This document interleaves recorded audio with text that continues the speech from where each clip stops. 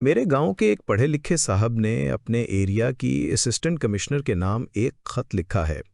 इस ख़त में असिस्टेंट कमिश्नर साहिबा की खिदमत में जो गुजारिशात उन्होंने पेश की हैं, वो गुजारिशात सूबाई हुकूमत की तरफ से हदायत की शक्ल में जारी होनी चाहिए थीं। मगर अलमिया ये है कि हुकूमत इस बात पर गौर नहीं करती कि इंतज़ामिया के अफसरों के ताल्लुकात अवाम के साथ कैसे होने चाहिए।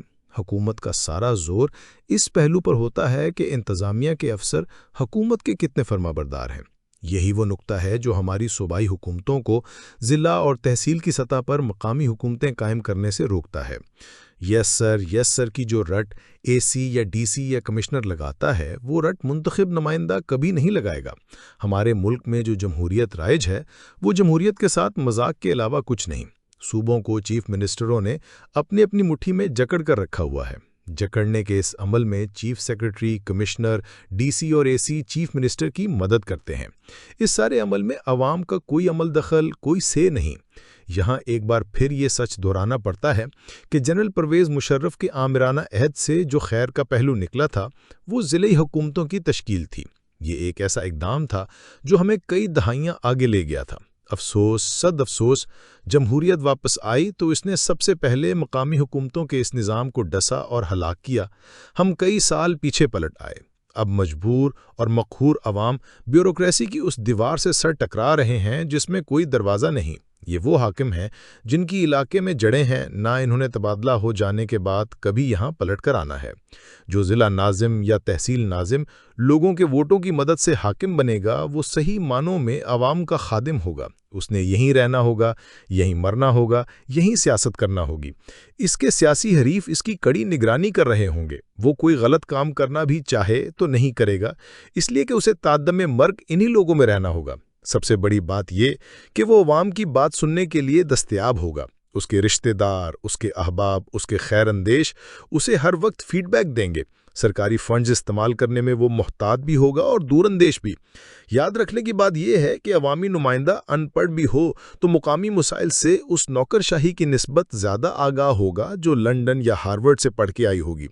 वो यस सर नहीं कहेगा, बल्कि अपना मौक़िफ़ बिला खटके दलील के साथ पेश करेगा और अपनी तहसील के लिए, अपने ज़िला के लिए, अपने इलाके के लिए स्टैंड लेगा। जो जानता है वो जानता है, जो नहीं जानता वो जान ले कि मुकामी हुकूमतों के क़याम के बगैर और फंड्स पर इनके इख्तियार के बगैर जमहूरियत महज एक धोखा है।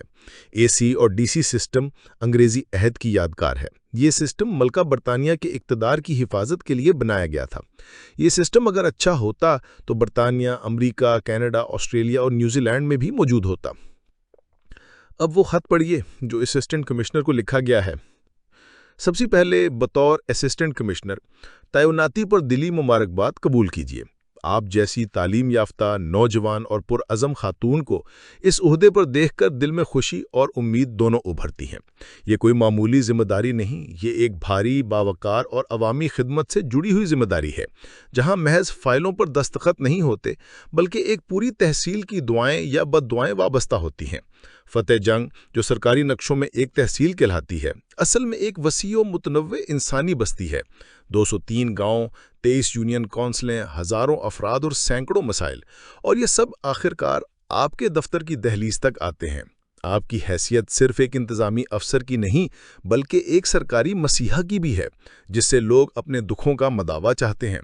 यकीनन आप अपनी सलाहियतों, जज्बे और तजर्बे से इन जिम्मेदारियों को बखूबी निभाएंगी। ताहम एक सादा सी गुजारिश है जो हर रोज़ आपके दफ्तर में आने वाले उन साइलिन से जुड़ी है जो फाइलें संभाले, उम्मीदें बांधे, कभी पैदल, कभी सुजुकी, कभी मोटरसाइकिल या बस पर बैठकर कई कई किलोमीटर तय करके आपके दफ्तर पहुंचते हैं। कोई इस्लामाबाद से आता है, कोई अटक से, कोई दूर दराज गाँव से, कोई नौजवान, कोई बुजुर्ग, कोई बीमार, कोई लाचार। किसी को सिर्फ दस्तखत दरकार होते हैं, किसी की ज़मीन का फ़र्द आपकी मंजूरी का मोहताज होता है, कोई पटवारी से तंग आकर आया होता है और कोई वरासती कागजात के सिलसिले में। लेकिन जब ये साइल दफ्तर पहुंचकर आपके स्टाफ से ये सुनते हैं कि नहीं मालूम मैडम कब आएंगी, अगर मीटिंग के लिए अटक चली गईं तो शायद आज ना आएं, तो इनके चेहरों से उम्मीद छिन जाती है। कुछ लोग ये जुमला सुनकर वहीं बैठ जाते हैं कि शायद बैठे रहने से कोई मुआवजा रूनुमा हो जाए, और कुछ अगले दिन आने का इरादा लेकर खामोशी से लौट जाते हैं।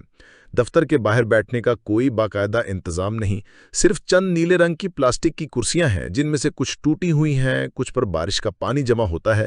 اوپر لگے پنکھے کے بارے میں سٹاف کہتا ہے کہ وہ جل چکا ہے۔ ایسے میں لوگ پسینے سے شرابور اپنی فائلوں سے خود کو ہوا دے رہے ہوتے ہیں، اور سب سے بڑی اذیت یہ ہے کہ انہیں یہ نہیں علم کے انتظار کریں یا واپس چلے جائیں۔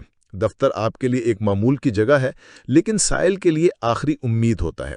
گزارش ہے کہ عوامی ملاقات کے لیے روزانہ کا ایک واضح مقررہ وقت طے کر دیں، چاہے 1 گھنٹہ یا 2 گھنٹہ جتنا ممکن ہو۔ یہ وقت باقاعدہ طور پر تحصیل کے تمام گاؤں، یونین کونسلوں اور عوامی مقامات پر مشتہر کیا جائے تاکہ لوگوں کو علم ہو کہ کب آنا ہے اور کب آپ سے ملاقات یقینی ہوگی۔